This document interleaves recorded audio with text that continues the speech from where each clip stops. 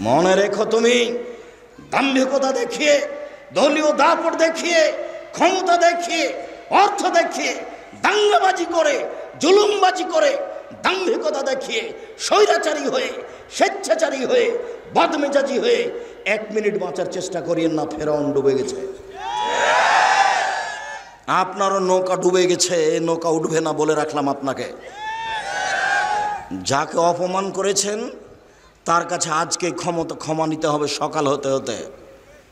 তাছাড়া আপনার নৌকা ডুবে গেছে, তাহাজ্জুদ দিয়ে টিকতে পারবেন না, হজ দিয়ে টিকতে পারবেন না, কোনো পথ দিয়ে টিকতে পারবে না।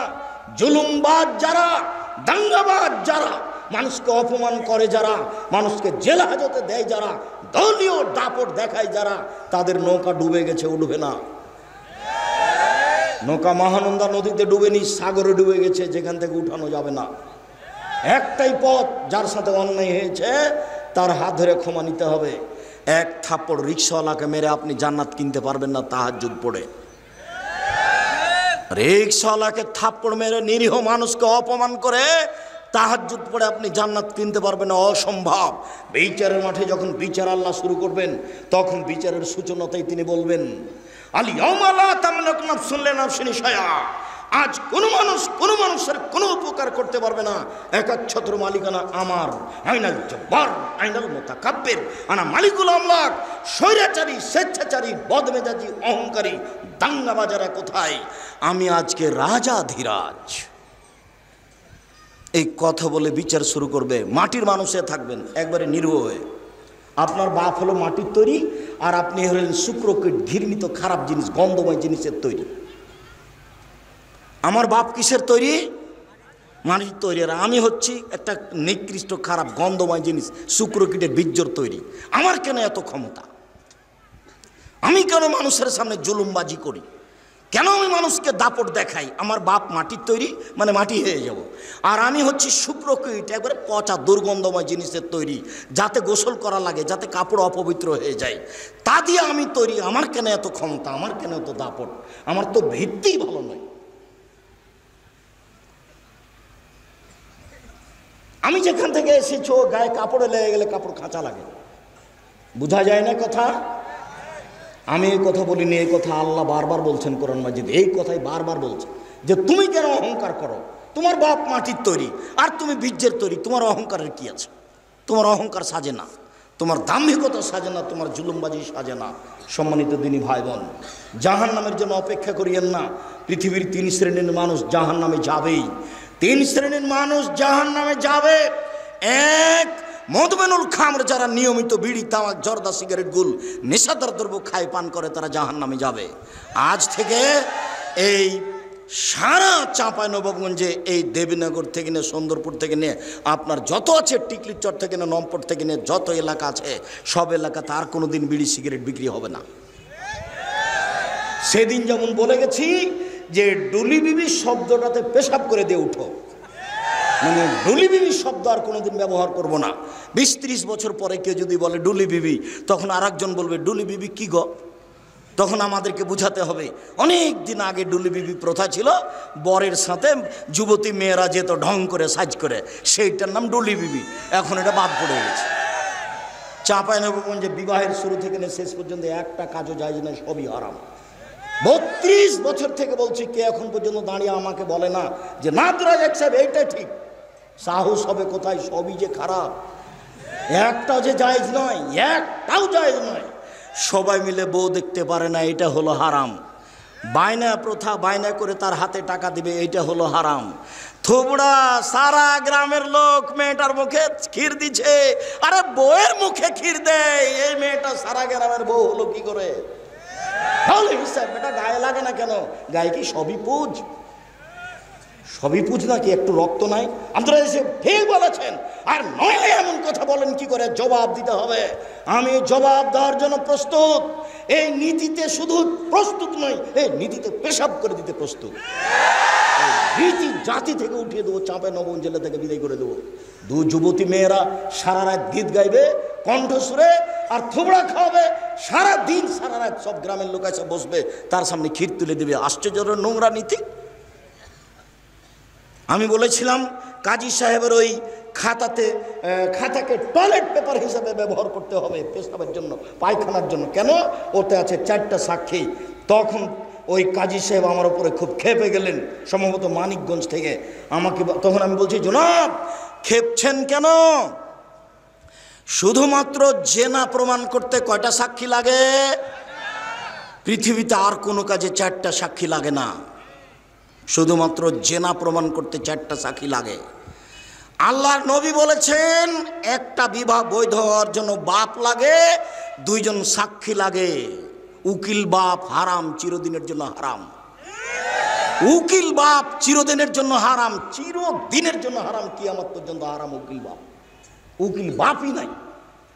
খুলনাতে, চট্টগ্রামে, বরিশালে উকিল বাপই সেদিন থেকে বাপ। আর আসল বাপ আর বাপ নয়, ওই উকিল বাপই সেদিন থেকে বেটির বাড়ি যাবে, বেটি উকিল বাপের বাড়ি যাবে। এখন নাকি বাপ বেটি হয়ে গেছে। চাঁপাই নবাবগঞ্জের মতন গ্রামের সবাই নাকি চাচা, তো কার সাথে পর্দা করবে? গেওরা গ্রামের সবাই নাকি ভাই, তো কার সাথে পর্দা করবে? তাই পর্দা করার কেউ নাই। এখন এর বাড়ি ও যায়, ওর বাড়ি এ আসে। সালাম তো ভুলে গেছে, বলে আব্দুর রাজ্জাক আছো গো, এ বলে ঢুকে যাচ্ছে। অথচ এ বলে ঢোকা হারাম। আসসালামু আলাইকুম, দরজায় গিয়ে সালাম দিতে লজ্জা পাই। শতকরা 1999 জন লোক লজ্জা পায় আমার সামনে যারা বসে আছে। আজ থেকে নীতি পরিবর্তন করেন, করতেই হবে। এর নাম আত্মার সাথে জিহাদ।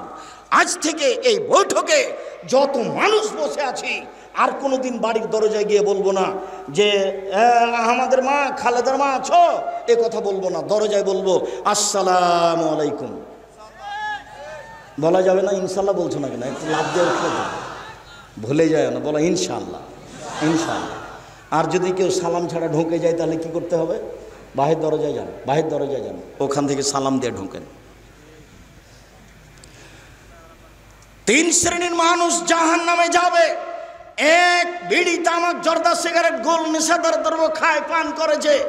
2, আর রাজরাত মিনান নিসায়ে, পুরুষের বেশধারী নারী, পুরুষের জুতা স্যান্ডেল পরে, পুরুষের শার্ট প্যান্ট পরে, পুরুষের পোশাক পরে। এই এলাকা থেকে এখন রাস্তা পাকা হয়ে গেছে। এই সুন্দরপুর নারায়ণপুরের ছেলেমেয়েরা বেশি শিক্ষিতা। এরা এখন মনে করেছে বেটি ছেলেরা যে আমাকে নিজেকেই বাজার করতে হবে। কেন? ওর স্বামী যখন কাপড় কিনে নিয়ে এসেছে, তখন কাপড়ে হাতে বলছে কি যে মোটা কাপড় কিনে নিয়ে এসেছে। তখন নিরুপায় হয়ে স্বামী বলেছে তাহলে তুই কিনে নিয়ে। তখনও যাওয়ার সুযোগ পেয়েছে। কাপুরুষ, এর নাম কাপুরুষ, এর নাম কাপুরুষ। জীবনে আমরা কোনোদিন বাজারে যাইনি, জীবনে আমরা তো বেঁচে আছি। এবং এই কথা তো দূরের কথা, কাপড় কোনো মানুষ যদি কিনে নিয়ে এসে বাসায় দেয় তাহলে বলতে পাবে না এটা মোটা না চিকন। আর যদি স্বামী হাতে দেয় তাহলে বলতে হবে তুমি যাহাই আনিয়েছ তাহাতেই আমি খুশি। তাহলে সংসারের ভালোবাসা দ্বিগুণ বেড়ে যাবে। মোটা হোক চিকন হোক, তুমি যাহাই আনিয়েছ তাহাতেই আমি খুশি। অন্য মানুষ যদি কোটি টাকা দিয়ে কিনে নিয়ে আসে আমি খুশি নই। আমি নিজে হাতে যদি পরিশ্রম করে কিনে নিয়ে আসে আমি তাতে খুশি নই। তুমি আমার জন্য কিনিয়েছ তাতেই আমি খুশি। তাহলে সংসার সুন্দর হবে।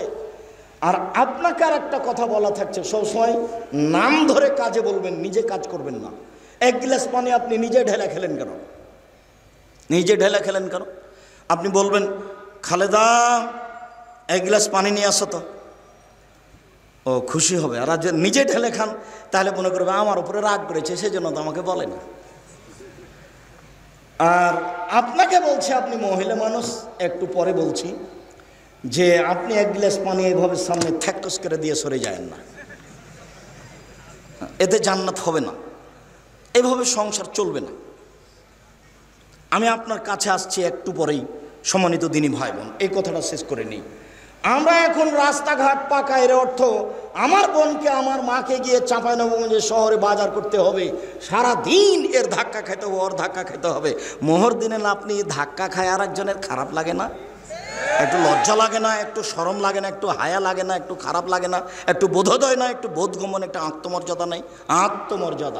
আত্মমর্যাদা উপস্থিত বৈঠকের দিনই মুসলিম। শুনেন, উপস্থিত বৈঠকের দিনই মুসলিম বোন শোনেন, এই মেয়ে কথা বলছো কেন? তখন থেকে তোমার জন্য কথা বলছি, আর তুমি কথা বলছো মানে লজ্জা হয় না তোমার? শরম হয় না তোমার? হায়া হয় না তোমার? ইতস্তবোধ হয় না তোমার? বোধোদয় নেই তোমার? বোধগম্য নয় তোমার? কোন সাহসে তুমি কথা বলো? তোমার বাপ তোমাকে কিছু বলে না, যার জন্য তুমি মনে করেছো এখানে আসলে তুমি ফুলে ধোয়া থাকবে নাকি? ভদ্রতা বজায় রেখে মুসলমানের মেয়ে হে বসে থাকো, আমি তোমার জন্য এসেছি। এই মাঠে আমি গত বছর আসতে পাইনি, আমার একটা দুঃখ বেদনা আছে। আমি সাধ করে তোমার জন্য এসেছি, তুমি মুখ খুলবে না। আমার কথা শেষ হবে তখন তুমি ভাবতে ভাবতে বাড়ি যাবা। এটা আমি ঐকান্তিক কামনা এ দেশের মানুষ হিসেবে তোমার কাছে আমি দাবি রাখি। যত দিনী ভাই বোন আছেন, শরীয়তের ব্যাপারে আমি আপনার কাছে আসতে চাই। আমার এটা দাবি আপনার কাছে, শরীয়তের ব্যাপারে আপনি আমার কাছে আসবেন, এটা আমার দাবি আপনার কাছে। জাতির যদি রাস্তাঘাট করে দিতে না পারি, জাতির যদি স্কুল কলেজ করে দিতে না পারি, জাতিকে চূড়ান্ত সঠিক ধর্ম দিতে পারবো ইনশাআল্লাহ। ধর্মের ব্যাপারে জাতিকে ফাঁকি দিয়ে পরকাল হারাতে রাজি নই। আর ধর্ম নিয়ে চিন্তা ভাবনা করি, হাতে ফতোয়া লিখছি প্রায় 24-25 বছর থেকে। কাজেই কেউ চট করে একটা কথা বলবে আর সেটাই প্রমাণ হয়ে যাবে, কথা নয়। একটা মমর্ষ ব্যক্তি, জানাজা ব্যক্তি, লোককে কবরে থাকা নিয়ে প্রায় 241টা বেদাত আছে, পুরোটাই বেদাত। লোকটা মরে জান যায়, আপনি তার পাশে সূরা ইয়াসিন পড়লেন কেন? কেন পড়বেন? সূরা ইয়াসিন পড়ে কোনো কিছু হবে না, আপনি পড়লেন কেন? মরার সাথে সাথে আপনি মুখটা ঘুরিয়ে দিলেন কেন? সাদা কাপড় দিয়ে ঢেকে দেন। মরার সাথে সাথে আপনি পেট চেপে পেশাব পায়খানা বের করলেন কেন? এই মহিলা বৈঠকের মহিলা দিনী বোন শোনেন, আপনাকে বলছে, এদিকে শোনেন। মহিলাটা মারা গেছে, আপনি পেট চেপে পেশাব পায়খানা বের করলেন কেন? কে বলেছে আপনাকে? আপনি এখন নখ কাটলেন কেন? নখ তো যখন শ্বাস ছিল তখন কাটতে হতো, শ্বাস বন্ধ হয়ে গেছে, সব এখন বিধান বন্ধ।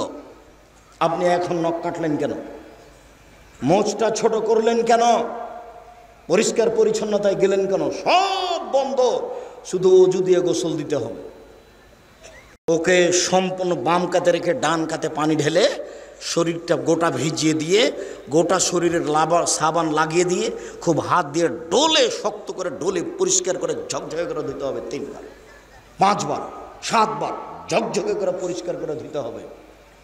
ধুয়ে সাদা কাপড় 3টে বিছিয়ে দিয়ে লাশটা উঠিয়ে দিয়ে, ডানেরটা বামে, বামেরটা ডানে। লাশের পা আগে যাচ্ছে না, মাথা আগে যাচ্ছে, এটা বিবেচনার দরকার নেই। লাশকে সামনে রেখে 2-3জন বক্তব্য দিতে পাবে না।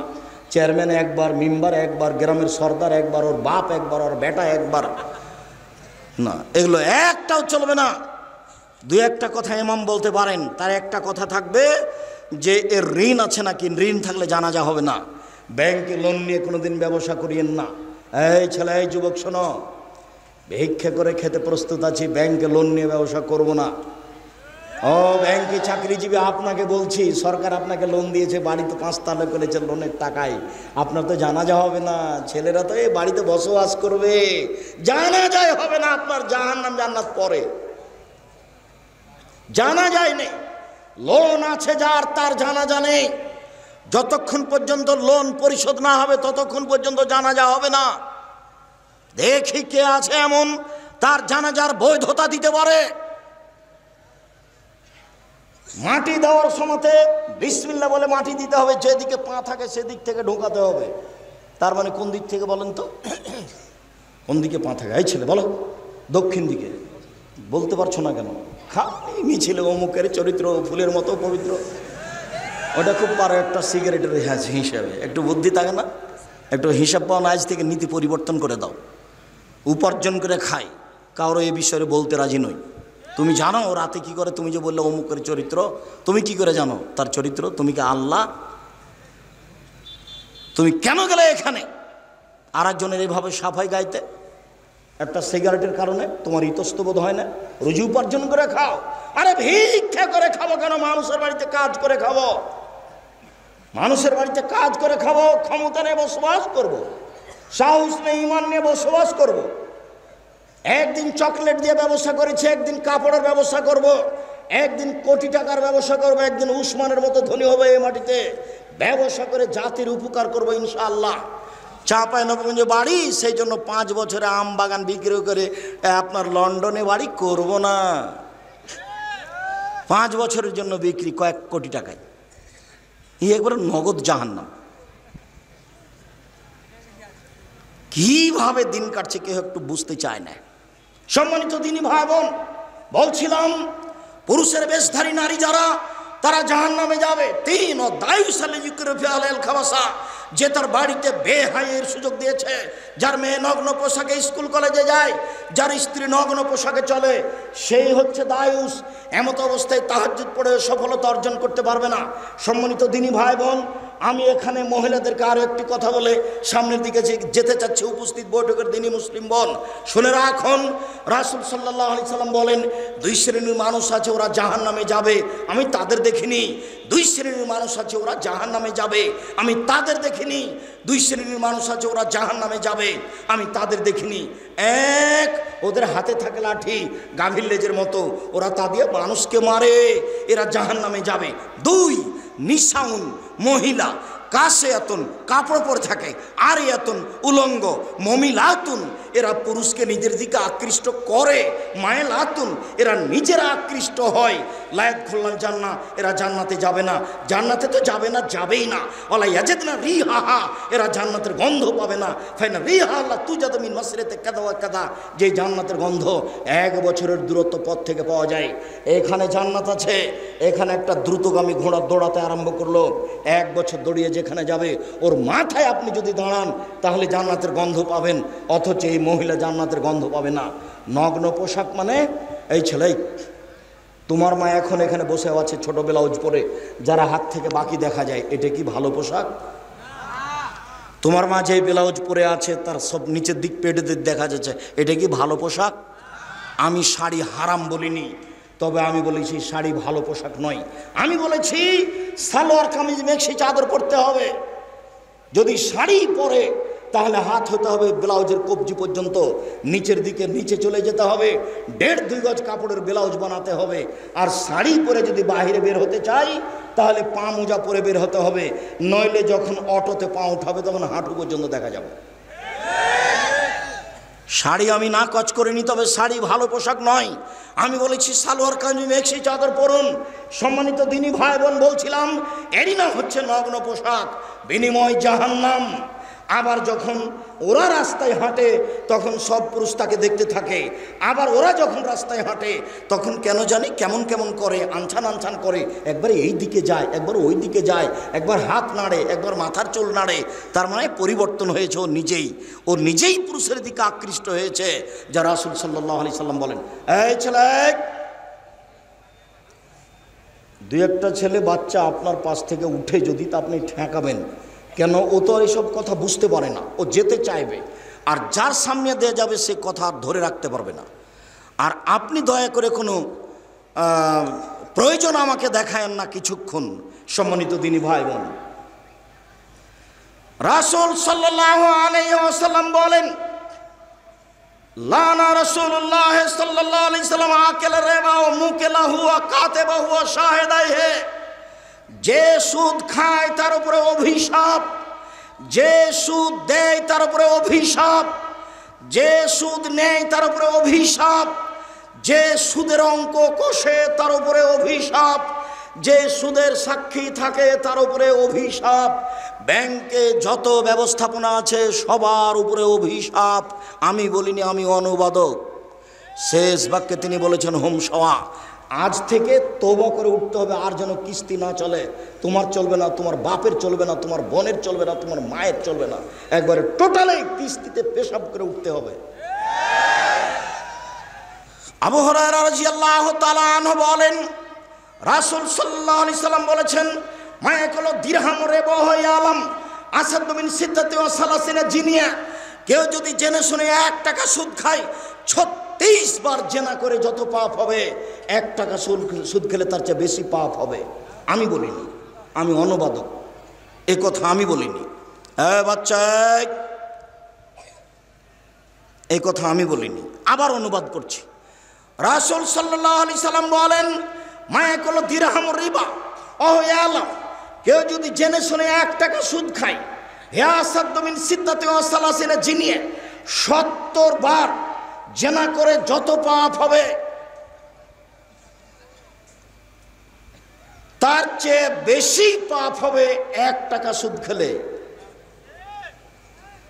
36 বার, 36 বার জেনা করে যত পাপ হবে 1 টাকা সুদের পাপ বেশি হবে। তিনি বলেন আর রেবা সাবুনা জুজান, সুদের 17টি ভাগ রয়েছে। আইন সারহা আইন কহরা জুলুম্মাহু, তার সবচেয়ে ছোট ভাগ হলো মার সাথে জেনা করলে যেমন পাপ হয়। লজ্জা লাগে না? এই ছেলে, কত টাকা সুদ খেয়েছো, তুমি লজ্জা করো না? তোমার শরম লাগে না? এই বেটা, মুখ নিচু করে বসে আছো কেন? তোবা করে উঠো, ভিক্ষা করে খেতে রাজি আছি। আজ থেকে সুদের মুখে পেশাব করে দেবো। কোটি কোটি টাকা সুদ খেয়েছি। আজ যদি এই বৈঠকে বলতে পারি আমি সুদ ছেড়ে দিলাম, তুমি আমাকে মাফ করো, যদি আমার কোটি কোটি টাকা সুদ থাকে মাফ হয়ে যাবে। রিক্সাওয়ালাকে যদি আমি দাম্ভিকতা দেখে 1 থাপড় মেরে থাকি তাহলে আর পাপ ক্ষমা হবে না। ওটা জুলুমবাজি করা। যদি যাকাত ওসর বের না করি তাহলে ফকিরের হক মেরে খেয়েছি। কার? যাকাত ওসর ফেতরা কাকে দিতে হবে? ফকিরকে। তো আমি দিলাম না, আমি কি করলাম? ফকিরের হক মেরে খেলাম, এর বিচার পরে হবে। 1 মিনিট। যারা জালেম তাদের বিচার পরে হবে। যারা রিক্সাওয়ালাকে থাপ্পড় মেরেছে তার বিচার পরে হবে। যারা পাড়া প্রতিবেশী গ্রাম্য চাচা চাচিকে অপমান করেছে তার বিচার পরে হবে। যারা দাম্ভিকতা দেখে দলীয় দাপটে মানুষকে জেলে দিয়েছে তার বিচার পরে হবে। পৃথিবীর মানুষ শুনে রাখুন, বিশ্বের বাঙালি দিনী ভাই বোন যারা আমার সামনে আছেন, যারা অনলাইনে আমাদের সাথে আছেন সারা পৃথিবীর বিভিন্ন স্থান থেকে, তাদেরকে আমরা অনুরোধ করে জানাতে চাই, মনে রাখবেন, কারো যদি মানুষের সাথে অন্যায় আচরণ হয়ে থাকে তার নাম জুলুম, তার বিচার পরে হবে। যদি 1 দিন লেট হয় তাহলে 50,000 বছর, যদি 3 দিন লেট হয় তাহলে 1.5 লক্ষ বছর, যদি 500 বছর দেরি হয় কত দিন হবে? খুব সাবধান। বিচারের সময়সীমা ভালো মানুষের জন্য কয় মিনিট? 5-7 মিনিট। 1 ওয়াক্ত সালাতের সমান। বিচারের মাঠে একটা ভালো মানুষের বিচারের সময়সীমা কতটুকু? 1 ওয়াক্ত সালাতের সমান। 1 ওয়াক্ত ফরজ সালাত আদায়ের সমান। 1 ওয়াক্ত ফরজ সালাত আদায়ের সমান। মনে থাকবে না মনে হয়? তো আমরা ধরে নিই মাগরিবের সালাত আদায় করতে 5-7 মিনিট লাগতে পারে। আমরা ধরে নিই এশার সালাত আদায় করতে 10 মিনিট লাগতে পারে। আল্লাহ রাসূল বলেছেন ভালো মানুষের বিচার হবে 1 ওয়াক্ত সালাতের আদায়ের সময়সীমা 5-7 মিনিট, 10 মিনিট। আর কবরের সময়সীমা হলো বাসর রাতের সমান। বাসর রাতের সমান। চাচাতো বোন ফুফাতো বোনকে বাসর রাত সাজাতে হবে না, বাসর ঘর এটা হারাম। বাসর ঘর সাজাতে হবে এ কথাই ঠিক, কনেকে সুন্দরী করে সাজাতে হবে এ কথাই ঠিক। এদেশে একটা বই পাওয়া যায় আদর্শ পরিবার, এখানেই আছে। আপনি যদি মনে করেন আব্দুর রাজ্জাক সাহেব কিনে নিয়ে আপনাকে ঠকিয়ে দিয়েছে, আমার কিছু করার নেই। ওখানে বাসর রাত কেমন হবে তা লেখা আছে। বাসর রাতের বিস্তারিত বিবরণ দেওয়া আছে। কনেকে সুন্দরী করে সাজাতে হবে কথা বলা আছে। বাসর ঘরে ঢুকে আগে বইয়ের মাথায় হাত দিয়ে দোয়া পড়তে হবে, তারপরে 2 রাকাত সালাত আদায় করতে হবে, তারপরে দাম্পত্য জীবনে যেতে হবে। গেলাম রাত 10টার সময়, কিছু কথাবার্তা বললাম, তারপরে সাংসারিক যে 2 রাকাত সালাত আদায় করলাম, তারপরে কিছু কথাবার্তা বললাম, রাত 2টা বেজে গেল। এখন ঘুমাতে গেলাম, তাহলে ঘুমে থাকলাম 3 ঘন্টা, 5টার সময় আজান হয়ে গেল। এই 3 ঘন্টা ঘুমালাম। রাসূল সাল্লাল্লাহু আলাইহি সাল্লাম বলছেন কবরের সময়সীমা হলো বাসর রাতের সমান। তাহলে মোটামুটি কবরের থাকার সময়সীমা হলো 2.5-3 ঘন্টা, 4 ঘন্টা এরকম হতে পারে। যখনই ভালো মানুষকে ঘুম থেকে জাগানো হবে তখন সে বিরক্ত হয়ে বলবে, আরে এখনই তো ঘুমালাম, এভাবে তাড়াহুড়া করে জাগানো হচ্ছে কেন? তাকে কেউ জাগাবে না তার কাছের মানুষ ছাড়া। আল্লাহ রাসূল বলছেন নাম কানামাতিল আরুসে, তুমি ঘুমিয়ে যাও বাসর রাতের ঘুমানোর মতো, তুমি ঘুমিয়ে যাও বাসর রাতের ঘুমানোর মতো। তুমি উত্তর সুন্দর দিয়েছ, লাইকে জহিল্লাহ বহালি, তাকে কেউ জাগাবে না তার প্রিয় মানুষ ছাড়া, তাকে কেউ জাগাবে না তার প্রিয় মানুষ ছাড়া। যখন জাগাতে যাবে তখন বিরক্ত হবে, এই তো ঘুমালাম তুমি জাগালে কেন? অথচ ঘুমিয়ে আছে 2000 কোটি বছর থেকে। 400 কোটি বছর থেকে, 20,000 বছর থেকে, 50,000 বছর থেকে ঘুমিয়ে আছে। কিন্তু যখন তাকে উঠাবে তখন ও কি মনে করবে? বুঝাতে পারলাম না, কেবলই ঘুমালাম তো, বাসর রাতের সমান, এই তো ঘুমালাম। যদি ভালো মানুষ হয় তাহলে কবরের সময়সীমা বাসর রাতের সমান, আর যদি ভালো মানুষ হয় তাহলে বিচারের মাঠের সময়সীমা কতটুকু? 5-7 মিনিট, 10 মিনিট, এক ওয়াক্ত সালাত আদায়ের সমান। বিচারের মাঠে যদি জালেমের একদিন দেরি হয় তাহলে 50,000 বছর, 3 দিন যদি লেট হয় তাহলে 1.5 লক্ষ বছর, যদি 500 বছর দেরি হয় তাহলে কতদিন আমি বলতে অক্ষম। সম্মানিত দিনী ভাই বোন, ভুলেও কোনোদিন জুলুমবাজি করে একদিন 1 ঘন্টা বাঁচার চেষ্টা করবেন না।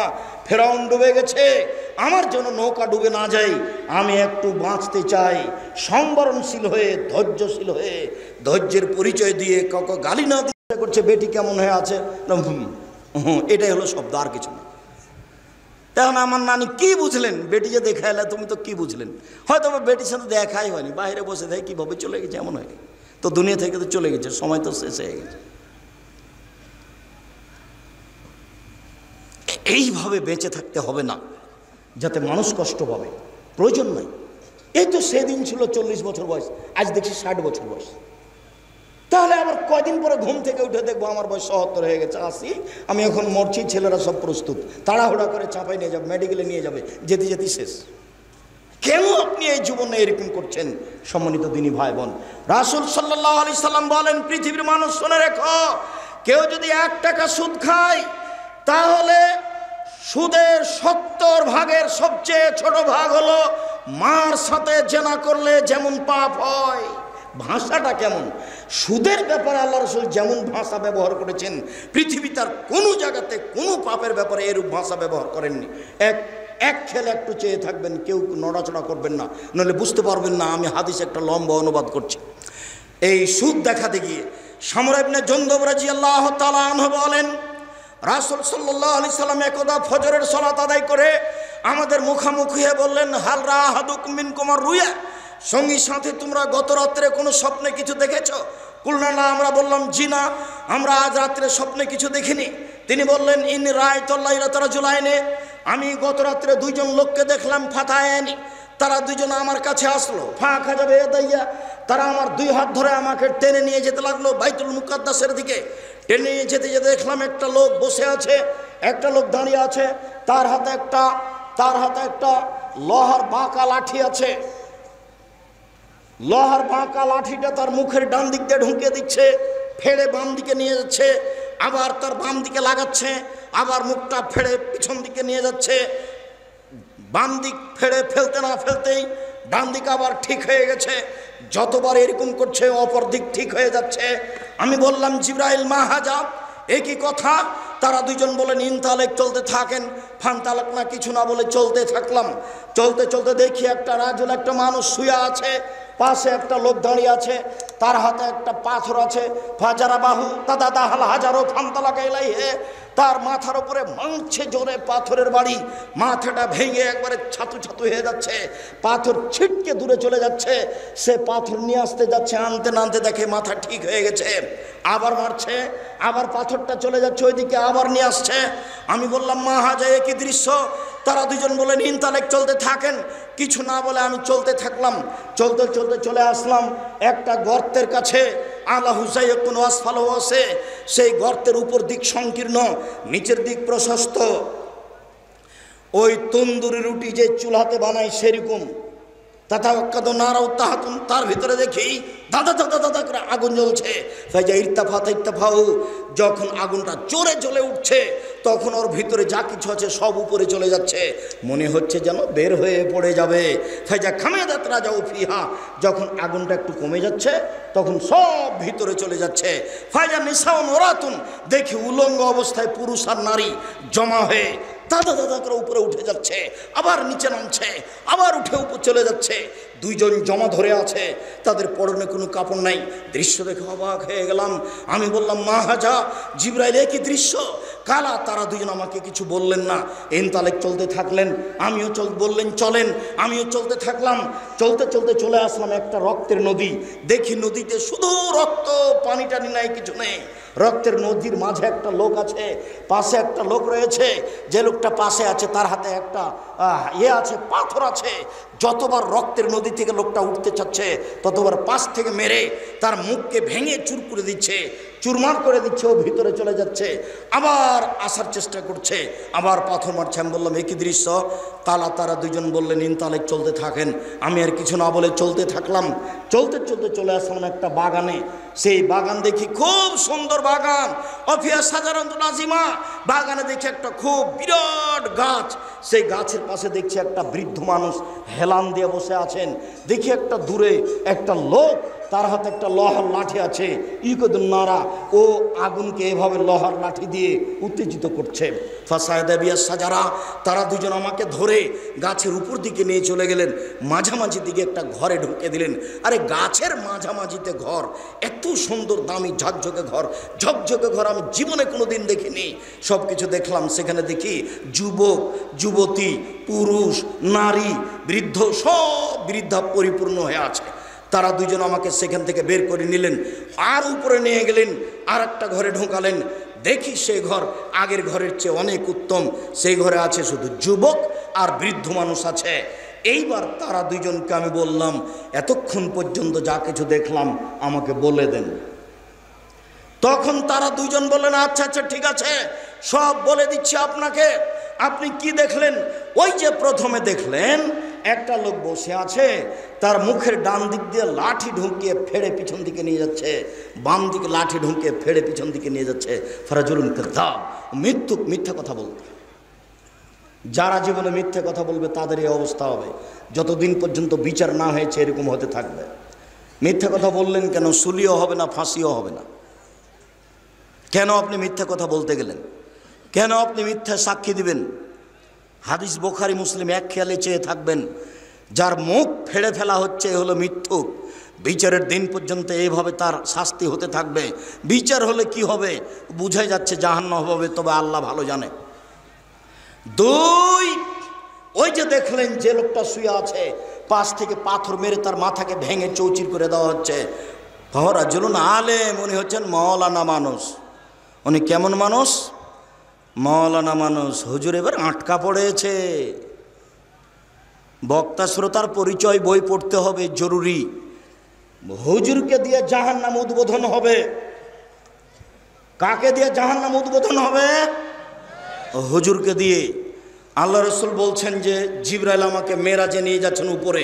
হঠাৎ দেখি অনেক মানুষ যাদের ঠোঁট এবং জিভাকে আগুনের কেঁচি দিয়ে কেটে দেওয়া হচ্ছে, আগুনের কেঁচি দিয়ে জিভা কেটে দেওয়া হচ্ছে।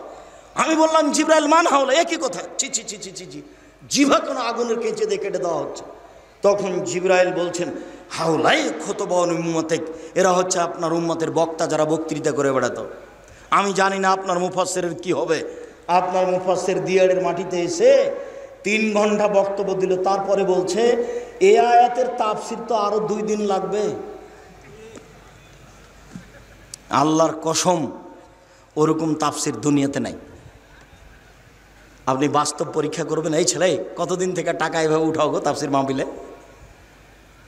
বলো যে ভুল হয়েছে, আর কোনো দিন করবো না। এই ছেলে শোনো, তোমাকে বলছি, বাংলা তাফসির ইবনে কাসির পাওয়া যায়, সবচেয়ে বড় এবং ব্যাপক। তোমার হুজুরকে বলে দিও সূরা কাহফের 10 নম্বর আয়াত পর্যন্ত তাফসির করবেন, তারপরে তুমি বাংলা খুলে বসে থাকবা। আল্লাহর হস্তে তোমার সাথে তার কোনো মিল খাবে না। তোমাকে ফাঁকি দিয়েছে, জাতিকে ফাঁকি দিয়েছে। 20,000 টাকা লস হয়েছে, আবার মুরগির গোস্ত, আবার একটু মনিষ দিয়ে গেলে চোখ গরম। হ্যাঁ, গাড়ি পাঠাননি, আমি দেখে আসছি না।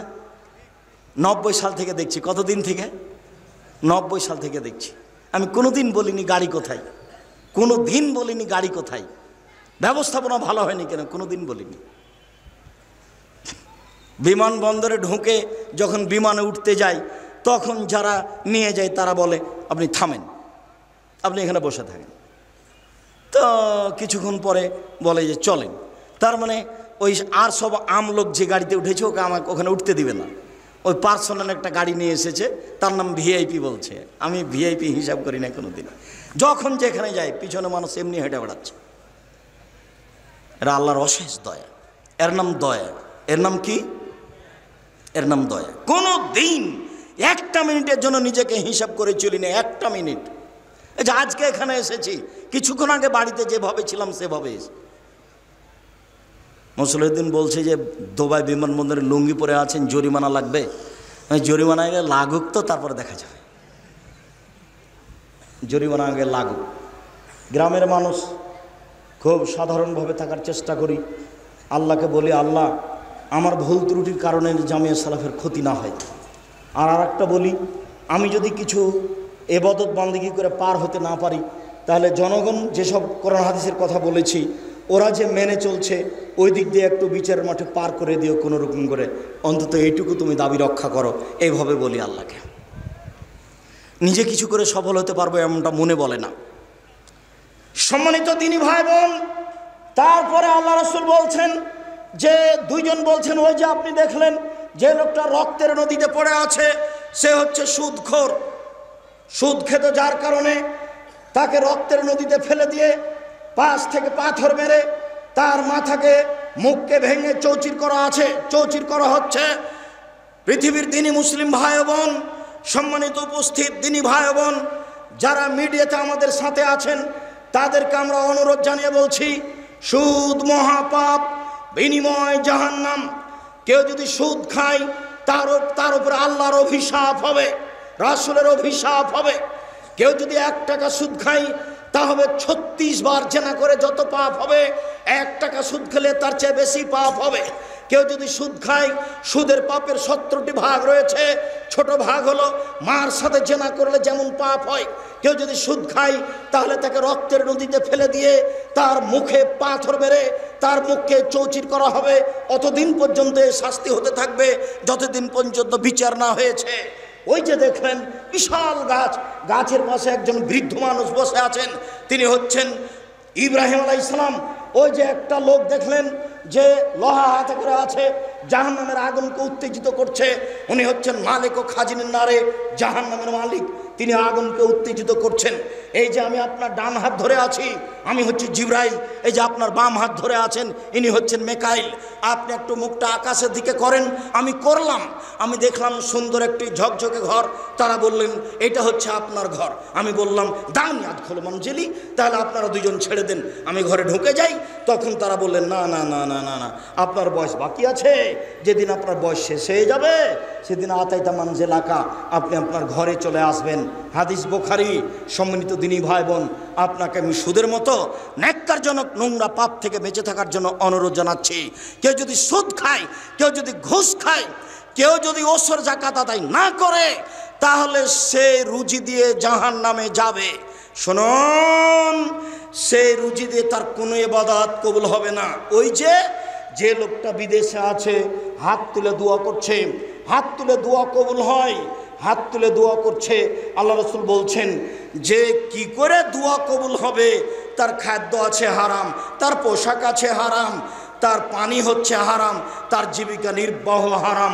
আন্না ইস্তাজাবু লাহু, তার দোয়া কি করে কবুল হতে পারে?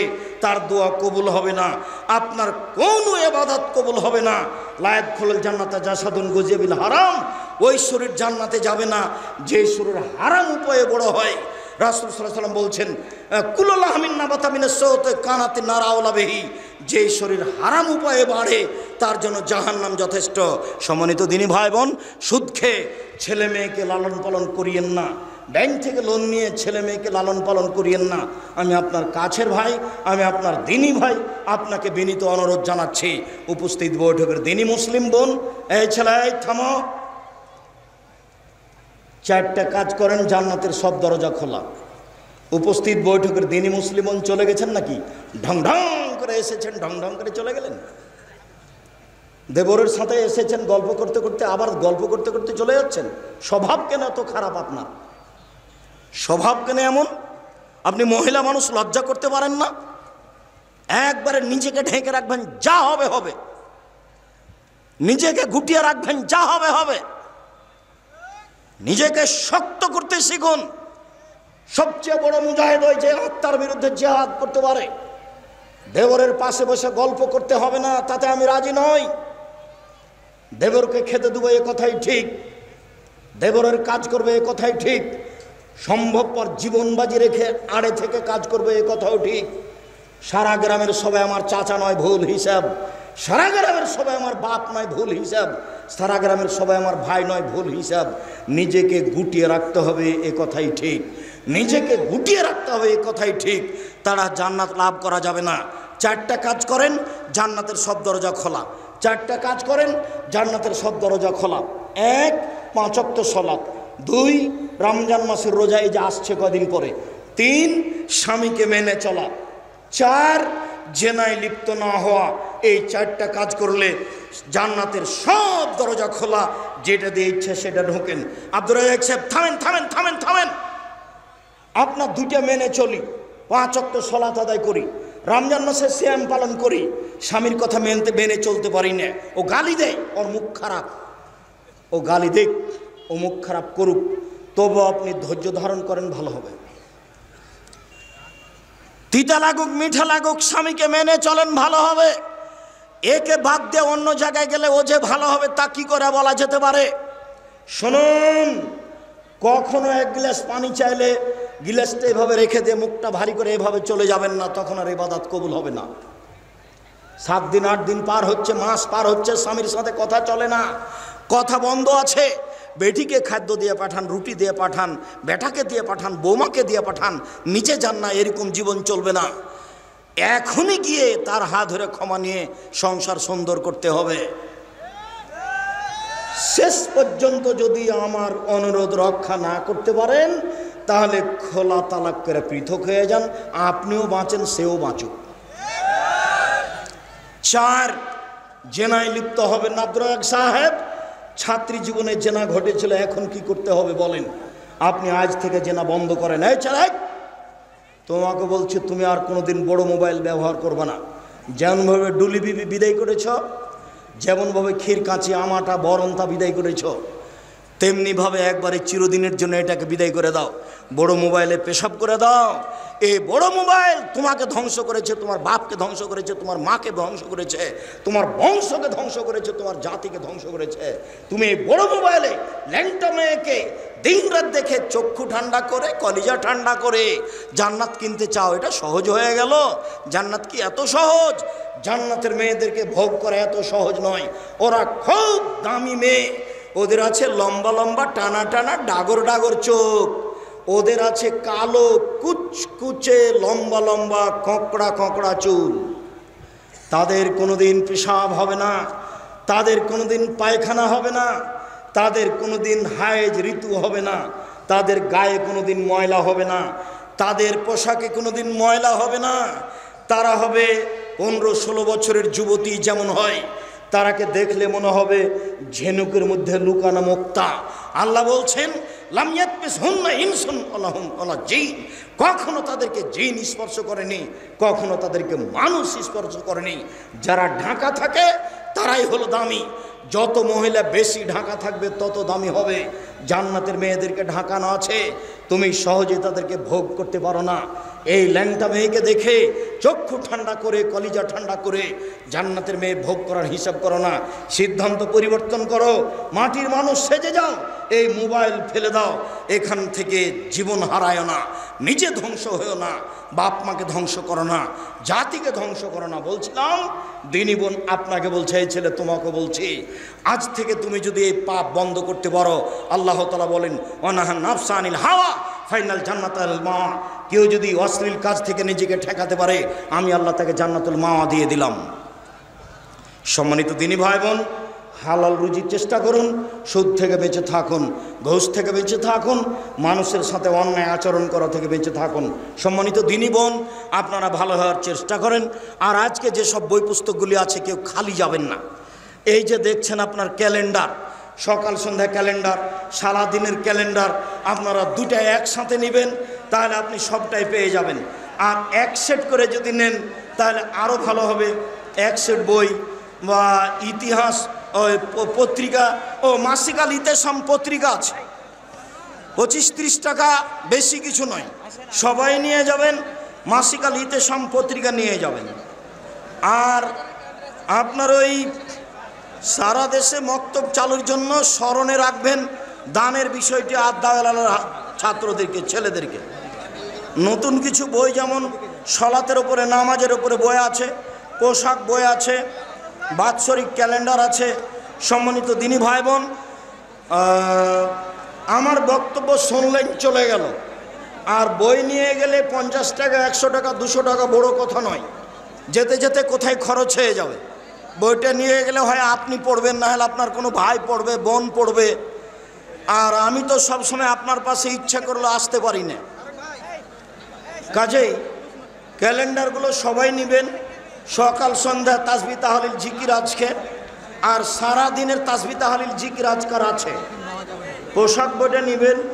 মাসবুক আছে, মানে সলাৎ ছুটে গেলে, 2 রাকাত 1 রাকাত ছুটে গেলে কি করতে হবে। আলে হাদিসদের উপর মিথ্যে অপবাদ একটা বই, সেটা আমাদের প্রতিষ্ঠানের মহাদ্দেশরা লিখেছেন। এই বইগুলি আপনারা স্মরণে রাখবেন। বিশেষভাবে এক পর্যায়ে বলছিলাম আদর্শ পরিবার, আদর্শ পরিবার, আদর্শ নারী, আদর্শ পুরুষ। এই বইগুলি বাড়িতে রাখবেন জরুরিভাবে। কে বড় লাভবান, কে বড় ক্ষতিগ্রস্ত, মরণ একদিন আসবেই। আর দুয়ার বইটা আছে কিনা জানি না, খোঁজ নিয়ে দেখেন।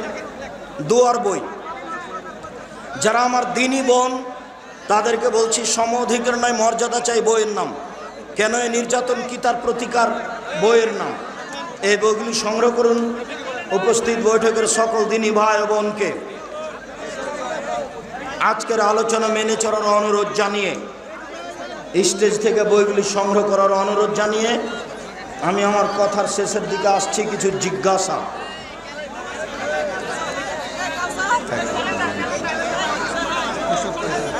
প্রসাব পায়খানা থেকে পবিত্র হওয়ার জন্য কি পানি ব্যবহার করার পরও কিছু টিস্যু বা কাপড় ব্যবহার করতে হবে?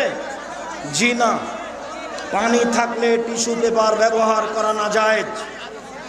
শুধু পানি খরচ দিয়ে পবিত্রতা অর্জন করে, পানি খরচ করে হাত মেজে নিতে হবে।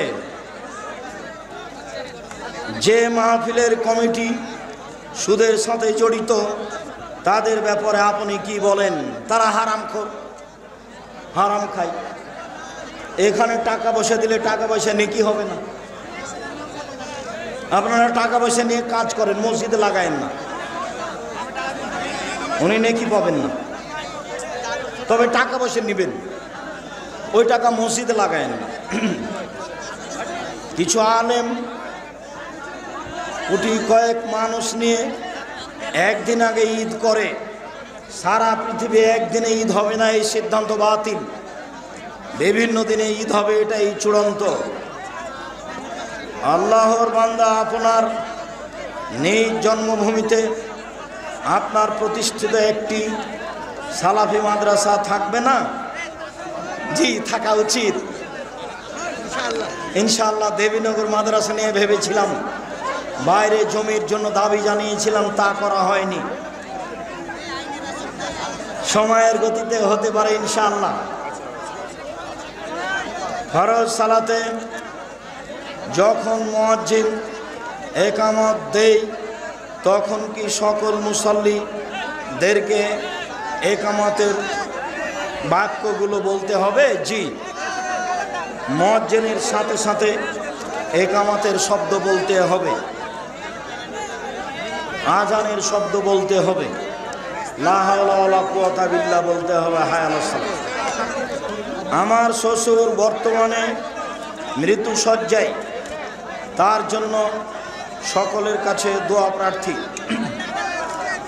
আজিবিল বাস রব্বান্নাস ওয়াসফান্তা সাফি। আল্লাহ তুমি আরোগ্য দাও, অন্যথায় ঈমানের সাথে মরণ দাও। প্রায় সব আলেম বলে কাদিয়ানি ও আহলে হাদিস, আহলে কোরআনেরা কাফের। জি, কাদিয়ানি ও আহলে কোরআন কাফের, এটাই ঠিক। আব্দুল্লাহকে এ বিষয়ে বিস্তারিত বলার জন্য বলবেন। চলে যাওয়া সফলতা মনে করিয়েন না, বই পুস্তক নিয়ে যেতে হবে। বিশেষভাবে মাসিক আল ইতেসাম পত্রিকা। মাসিক আল ইতেসাম পত্রিকা হচ্ছে জামিয়া সালাফের মুখপাত্র পত্রিকা। আর ক্যালেন্ডার তো আছে, বই পুস্তক তো আছে, নইলে শেষ পর্যন্ত আদর্শ পরিবার মনে করি না যে আপনারা এক জায়গায় ফাঁকি দিয়ে দিয়েছে। এটা হবে না, সবাইকে নিতে হবে। সাত্তার ইয়া কি আল্লাহর নাম? জি, সাত্তার আল্লাহর গৌণবাচক নাম, আব্দুল সাত্তার। রাসূল সাল্লাল্লাহু আলাইহি সাল্লামকে দোজাহানের বাদশাহ বলা যাবে কি? বলা যায়, এই ভাষা আল্লাহ রাসূল ব্যবহার করেননি। ওসর বা ফেতরার টাকা সিকি ইসলামিয়া বা কোনো মাদ্রাসায় দেওয়া যাবে কি? অন্য লোক না থাকলে দেওয়া যায়, তবে সিকি একটু বেশি হয়। স্ত্রী যদি অনুমতি দেয় তাহলে স্বামী কতদিন বাইরে থাকতে পারবে? যতদিন স্ত্রী অনুমতি দিবে, 8 বছর, 10 বছর, 20 বছর। তাহাজ্জুদের নামাজ যদি ঘুমের কারণে ছুটে যায় তাহলে দিনে পড়ে নেবেন। জোহরের সুন্নাত নামাজ আসরের নামাজের আগ পর্যন্ত পড়া যায় কি? জি যায়।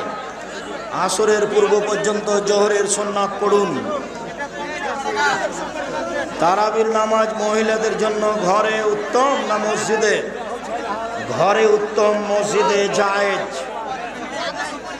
মহিলারা 5 ওয়াক্ত সালাত বাড়িতে পড়বে, মসজিদে যাওয়া জায়েজ।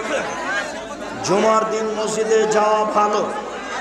ঈদের দিন ঈদের মাঠে যেতে বাধ্য, ঈদের মাঠে যেতেই হবে। সুন্দরপুর, দেবীনগর, ইসলামপুরের মতো মহিলারা জুমা মসজিদে ঈদের সালাত আদায় করতে পারবে না, এটা বিদআত। কোনো কারণে স্বামীকে স্ত্রী বা স্বামী স্ত্রীকে কটু কথা বলে, এমনকি যদি বলে তোমার তোমার যেন না দেখতে হয়, তোমার মুখ যেন না দেখতে হয়, বলেছে ভুল হয়েছে, আর বলবে না, কোনো সমস্যা নেই। মহিলাদের যদি ঈদের মাঠে নামাজের ব্যবস্থা না থাকে, ওরা যে মাঠে দাঁড়াবে, মাঠে উপস্থিত বোনেরা আমার দাঁড়ায়, রাস্তায় গিয়ে দাঁড়িয়ে যাবেন, মাঠে দাঁড়াতেই হবে। পুরুষরা ব্যবস্থা করেনি কেন? ঈদের মাঠ এটা বিক্রি করে দিয়ে আর একটা করতে হবে, ইমাম সাহেব, এটা বড় করতে হবে। আসসালামু আলাইকুম শায়েখ, আপনি বলেছেন বিবাহিত মেয়ে 3 দিনের বেশি বাপের বাড়িতে থাকলে খরচ দিয়ে থাকতে হবে। জি, এখনো বলছি, আমাদের দেশের চাঁপাইনবাবগঞ্জে লাহের খাতে গেছে, লাহারি খাচ্ছে 1 মাস ধরে, এটা হবে? এই প্রথা চলবে না। বাপের বাড়িতে ছেলে মেয়ে হবে, পেটে বাচ্চা এসেছে, 7 মাস হয়েছে, সেই জন্য বাপে নিয়ে চলে এসেছে। মানে এদেশে না, বউকে শাশুড়ি বেশি কাজ করিয়ে নেয়, তার কারণে এটা ঘটে। এখন পেটে বাচ্চা আছে, অত কাজ করতে পারে, ঢেকিতে ধান ভাগতে পারে, তখন এটা শাশুড়ির জন্য উচিত যে বৌমাকে মেয়ের মতো দেখবে। বৌমা মেয়ে। আমি যখন বললাম যে বৌমাকে সারাদিনে 50 বার শাশুড়িকে মা বলতে হবে, তারপরে দেখা যাক বৌমা কি করে, তখন আমার মা বলছে যে তাহলে তো বউয়েরা বেড়ে যাবে। আচ্ছা, বউ বাড়বে না, আপনি দেখেন তো, শাশুড়ি সারাদিনে 50 বার বেটিকে তো মা বলে, তো বউকে একটু মা বলুক না। খালেদা, মা এটা করো তো, মা এটা করো তো, এভাবে বলুক, দেখা যাক কি হয়। জি, 3 দিন পরে খাওয়া খরচ দিতে হবে, এ কথাই ঠিক। আমরা যে দিনই, সেটার কি উত্তর আছে? আসসালামু আলাইকুম। হে সম্মানিত, আপনাকে কিছু প্রশ্ন করছি। আপনারা বলেন যে মহিলা বৈঠক করা যাবে না। মহিলা বৈঠক